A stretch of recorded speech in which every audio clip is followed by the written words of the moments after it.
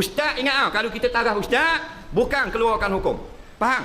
Ustaz baca kitab-kitab Arab yang orang kampung tak faham, baca tolong sampaikan pada orang kampung. Bukan mu buat keluar hukum. Tapi ustaz ni ramai bengong, dia ingat dia yang keluarkan hukum. Lepas tu satu jawapan, satu soalan, 10 ustaz, 10 hukum keluar. Masing-masing keluar pendapat sendiri. Betul tak? Yang jadi mangsa orang kampung. Pening habis. Tak ikut tertib. Baik. Dia kata rasa talika je ada gambar binatang, gambar lembu, gambar itik. Jadi dia tak puas hati lah. Kenapa kita tak amalkan hadis-hadis yang larang gambar tadi? Baik. Dalam masalah gambar, ulama-ulama memberi pandangan-pandangan. Sebab itulah kita ini tak boleh ikut sunnah saja. Punah kita. Faham lagi? Kalau ikut sunnah saja punah kita. Mana nak pakai Quran hadis saja punah. Kita nak ambil ganti tempat ulama. Hak ulama terang kita tak mau pakai. Kita nak jadi ulama, mana sabah tak? Mana sabah tak?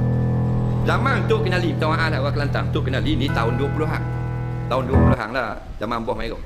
Dia cerita di Mekah dia mengaji dengan Syekh Ahmad Patani. Dia kata zaman aku di Mekah ni, orang yang tak laki duduk mengaji kitab turah dengan ulama-ulama, hak 25 tahun mengaji, dia panggil budak-budak. Faham lagi? Zaman Tok Kenali. Bukan kelas Tok Guru, panggil budak-budak. Hak mengaji 25 tahun. Bayangkan kita ni baru 4 tahun BA Honor UKM sudah tak mau ikut mazhab. Dok ke mabuk ketung. Faham lagi? Leha berat ni. Nak pakai Quran hadis sajalah. Kita nak terberak dengar. Dulu kita percaya juga. Kita tak boleh ikut ulama-ulama, kita terus Quran hadis. Kita orang betul sungguh. Memang betul pasal aku bodoh kat dulu. Bila kita mengaji lah, memang wajib kena ikut ulama, tak boleh ikut Quran hadis. Faham lagi?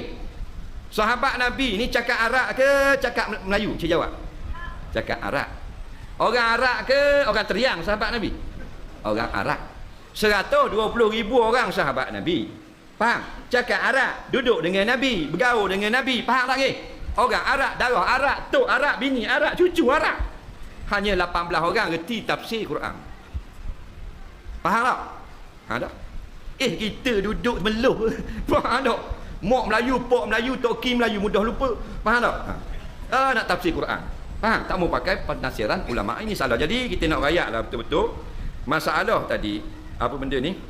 Mana ni? Masalah gambar tadi di tadika ulama jawab tu. Yang diharamkan ialah gambar-gambar bernyawa yang menjadi pujaan-pujaan di rumah atau sembahan atau perhiasan untuk mencantikkan rumah. Faham lagi? Adapun gambar-gambar kerana maslahat diharukan pada syarak. Yang kata haruh ini ulama-ulama besar. Nampak lagi? Kita mari ni ustaz pun dok apa pun dok nak kata tak boleh pakai ulama, nak terus pakai dalil larangan hadis. Adakah kita lebih beramal dengan hadis atau ulama? Cik jawab. Kita nak tolak ulama tak apa. Kenapa ulama mengharukan gambar-gambar di tadika? Sedangkan Hanafi kata haram. Jadi mung yang reti hadis, ulama dak reti. Mung lebih reti hadis daripada ulama. Betul tak? Ada.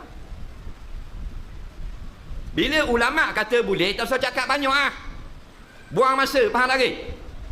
Mu tak ada dengan otak mu. Pendrive mu kecil 32 meg. Mu nak masuk 3.8 gig dalam. Pecah jadi hang gila babi. Faham? Kita tak boleh main tebang gini-gini. Faham? Banyak sangat sembang lebih lagu ni. Dia kata apa kita nak ikut ulama?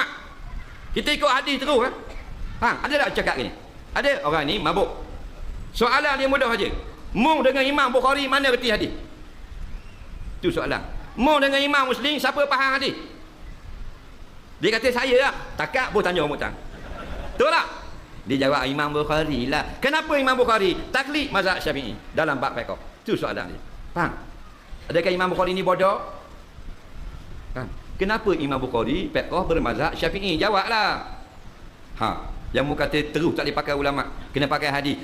Dah hadis mu ikut Imam Bukhari ya? Betul tak? Dah kenapa Imam Bukhari ikut mazhab Syafi'i? Jawablah pada. Faham lagi? Kerana Imam Bukhari hanya dia ni ulama hadis. Mereka tidak ada autoriti mengeluarkan hukum. Faham lagi? Sebab tu dia ikut pandangan fiqh mazhab Syafi'i. Kita mari ni baru belajar universiti Islam Gombok, bab hadis tak mau ikut ulama mazhab. Dok ke mabuk ketung campur dengan tiap ayam guna. Faham lagi? Ini masalah. Patut habis nak marah korang tahlil, marah talqin, marah baca sadina, marah baca nak kunut subuh, marah. Kita belajar belaka dah. Kitab Wahabi ke kitab Ahli Sunnah ke? Habis kita tengok belaka dah. Boleh buat dah solution. Faham? Kita orang Wahabi kita mengaji, kita Azibah mengaji, kita Fatwa Usaimin kita baca belaka. Boleh tahu dah hak mana pandangan yang tak boleh dipakai. Faham? Bukan kita nak masuk belah mana-mana, pelik-pelik lah ni.